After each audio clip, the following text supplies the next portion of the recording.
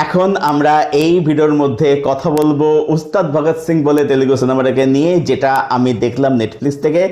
পাওয়ার star Pawan কাল্যাণ ছবিটার মধ্যে lead চরিত্রে সঙ্গে রয়েছে শ্রীলীলা, রাশি খান্না। তো ছবিটা কিরকম হলো দেখুন। এই ছবিটা আমার তখনই ভালো লাগতো যদি আমি এই ছবিটা আজ থেকে 15 থেকে 20 বছর আগে ছবিটা আমি যদি দেখতাম।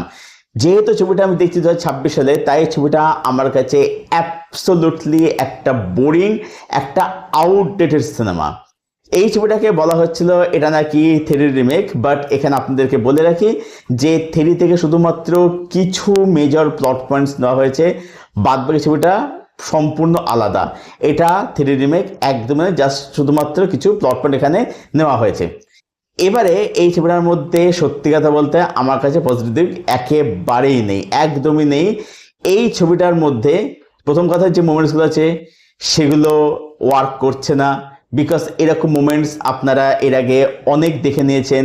আর এই যে প্লট, যে গভর্নমেন্ট একদম মানে সরকার বা সিস্টেম যাই বলুন না কেন একদম করাপ্টেড হয়ে গেছে, মন্ত্রী আমলা যারা আছে তারা সবাই করাপ্টেড হয়ে গেছে। হিরো হচ্ছে একদম প্রচন্ড অনেস্ট, সে হচ্ছে একদম সততার প্রতীক, তার একদম বিশাল মানে ভাবমূর্তি রয়েছে আর কি। তো হিরো হচ্ছে তার এগেন্সে রুখে দাঁড়াচ্ছে। তো এই এবং নানা রকম ইস্যু এবং এই ধরনের প্লট আপনারা প্রিভিয়াসলি শঙ্করের বহু ছবি দেখেছেন, যেরকম সিস্টেম, গভর্নমেন্ট, মন্ত্রী আমলা সবাই করাপ্ট হয়ে গেছে, হিরো একদম প্রচন্ড সৎ, প্রচন্ড অনেস্ট, তার মধ্যে কোনো ডিসঅনেস্টি নেই, সেই অনেস্টি কাজ করে, তার সে প্রচণ্ড আদর্শবান।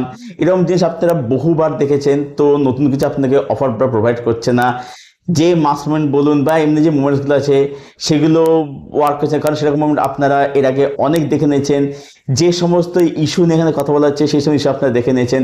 এবং ছবিটা যত এগোতে থাকে ছবিটা তত বোর হতে থাকে, ছবিটা স্ক্রিনটা তত ডিসটেন্স হতে থাকে। এবং তার উপরে এর রান টাইম হচ্ছে 2.5 ঘন্টা। মানে বুঝতে পারছেন যে ছবিটা কতটা টর্চার একটা সিনেমা। হ্যাঁ, আপনি বলতেন যে ছবির মেকিংটা এগুলো ভালো, এগুলো খারাপ নয়, ঠিক আছে, ক্যামেরা ওয়ার্কটা এগুলো ঠিকঠাক ডিসেন্ট, এগুলো খারাপ নয়, ঠিক আছে। আর পাওয়ার স্টার পবন কল্যাণের কথা যদি বলি, পবন কল্যাণ বলবো যে কিছু ক্ষেত্রে কিছু জায়গাতে বলবো যে শাইন করে, একটু ভালো পারফরমেন্স দিয়েছে। তারপর একটা যেটা সেটা হচ্ছে যে ছবিটার মধ্যে এমন কিছু জিনিসপত্র বা মোমেন্টস এলিমেন্ট আছে যেগুলো মানুষকে খুব সহজেই তাতিয়ে দেবে, কারণ বুঝতে আমি ব্যাপারটা নিয়ে কোন দিকে আমি বলতে চাইছি আর কি। সেসব জিনিসপত্র রয়েছে। প্লাস এখন এই যে যেহেতু ভায়োলেন্স হচ্ছে, হাত কেটে যাচ্ছে, পা কেটে যাচ্ছে, তো চলো সেগুলো রাখলে একটু মানে লোক একটু দেখবি হবে, বাট সেইগুলো জাস্ট এই ফর্মুলা মেনেই আসছে। বেসিক্যালি এই ছবিটা হচ্ছে পুরোটাই একটা মানে টেমপ্লেট ওরিয়েন্টেড সিনেমা।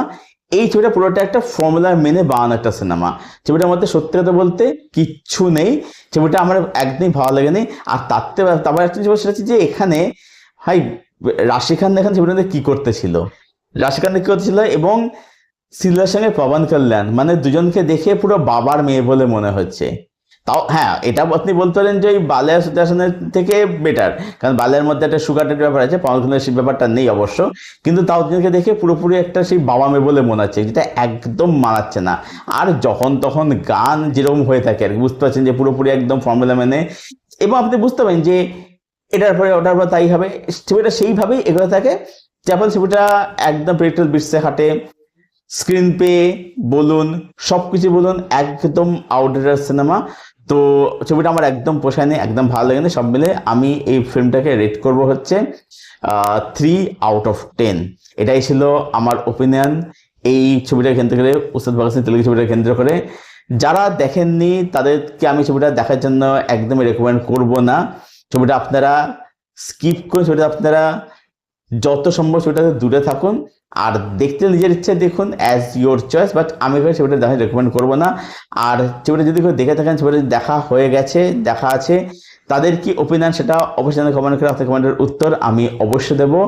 আর এই ভিডিওটা ভালো লেগেছে এটাকে অবশ্যই লাইক করে চ্যানেলটাকে সাবস্ক্রাইব করবেন। তো চলুন ভিডিও এখানে শেষ করছি, দেখা যাবে till then stay best, keep watching, good.